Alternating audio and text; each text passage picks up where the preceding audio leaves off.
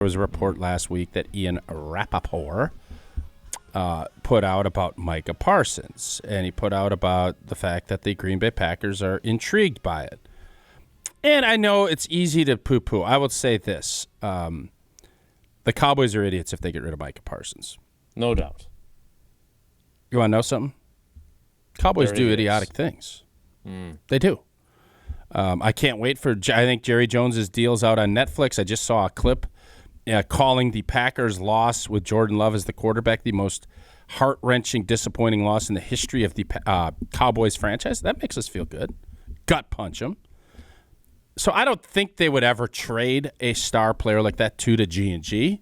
But the fact that Adam Schefter, who, again, is as dialed in as anybody, had this to say on Unsportsmanlike makes me think that this opportunity is going to be available, and whether the Packers can win the bidding war for it, that's another question. But this did cause a stir, at least in my eyes. Jesse, hit it. I just think that, Dallas always has drama. Jerry loves the drama. He likes to create the drama. And there's going to be drama with this now and going forward. For all I know, the two sides decide to sit down at the bargaining table and they hammer out a deal that makes Micah the highest paid non-quarterback in NFL history. Could that happen? Yes. There's zero indication, that that's going to happen, that there's going to be a reverse. And it sounds like at some point in time, whether that's now, after the season, after 2 seasons, it sounds like the two sides are headed towards a divorce at some time. Whoa.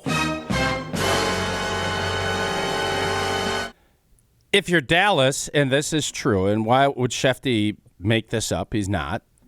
Things can change, as he said. The Cowboys could say, just like Myles Garrett asked for a trade, but the Cleveland Browns were steadfast saying no. Have you heard? Has Jerry Jones come outright and said he ain't trading him? I've heard some of the Cowboys folks say that might not happen. Dallas ain't going anywhere. Dak's getting older. The Green Bay Packers have the cap space to do this deal with Micah. They could figure it out. And especially if they end up having to trade, if they are going to do this trade, Rashawn Gary or Lucas Van Ness is probably going back over to Dallas. Just as I wanted to get Khalil Mack back in the day, Micah Parsons, this isn't Trey Hendrickson. This isn't a 1 or 2 year potential. Right. This is a star in their prime that will be highly motivated.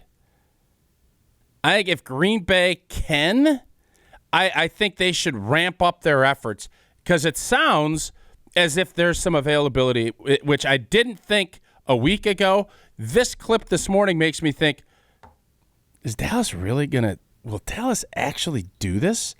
And today is the first time I'm kind of like, maybe they will, Jeff. Maybe they will.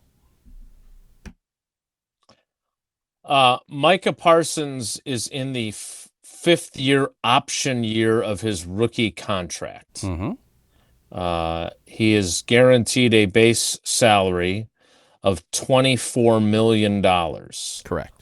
Now, among the things that perked my ears up there was Adam hedging on whether it's before the season, after the season, 2 years from now, they're headed for a divorce. I'm curious about that because that would imply that they would play hardball with him and not trade him before the season, and then not trade him or franchise tag him after the season and keep him for another year in a disgruntled state. He ain't gonna play. He won't play under that. So that's why I don't think that's in play. Right. So it makes me think that this is, again, continued posturing. I heard what Ian Rappaport said because I don't think he's actually reported anything. Correct me if I'm wrong, but what he did, he was talking and giving kind of his opinion. Jen, Gabe, and Chewy played it for me this morning on McAfee, and that was where Ian Rappaport said that the Packers would make sense. That that would be because remember The difference between this and TJ Watt or this and Trey Hendrickson, those guys have had their 30th birthday. Micah fits what Goody does. Thank you. Thank you for finishing my sentence. You're welcome. That's exactly what I was going to say. Mm-hmm. He does. This makes way more sense. Now, the price tag is high, but you were saying when we were talking about Trey Hendrickson during the offseason, well, not only do you have to give up capital to acquire him, you also have to pay him a very large sum of money and pay him a new contract. And it's against your core principles of doing that. The second part of that, if Trey Hendrickson was 25 or 26 like Micah is, correct, you don't have a problem with that. Mm-hmm. Goody has his baselines. He will go outside of the lines very rarely. And by the way, when he has, it hasn't worked.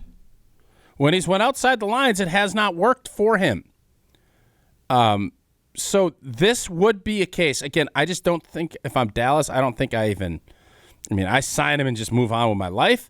But if you're going to rebuild, and it feels like if Dallas has another bad, that's where they're headed, you could get, and if you're Green Bay, I know we love draft picks. I know we hold on to them. We clutch them. We love them.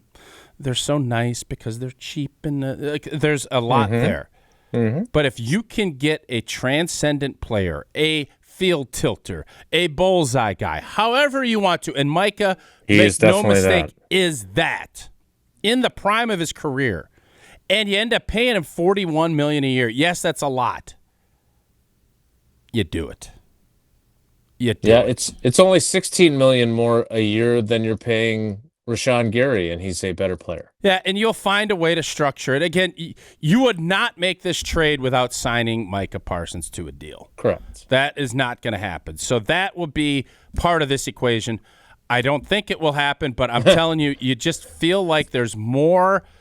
It feels as if it's trending that way. And again, everything can change. You have a lot of jockeying at this time of year, 2 weeks left before the season really gets going.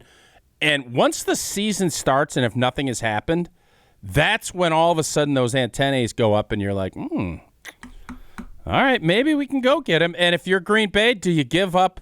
There's no doubt you give up one of the guys and a first-round pick, and then it's what else? Mm-hmm. How deep will you go? I feel like you could probably give up 2 firsts and a player and feel like you're going to get your bang for your buck for a 4 or 5 year run here with Micah Parsons. That you don't find guys like this. You just don't.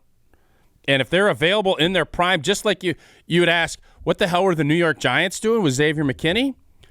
You would be having that conversation with Micah. Like, why on earth did they do this? That's the conversation you'd be having.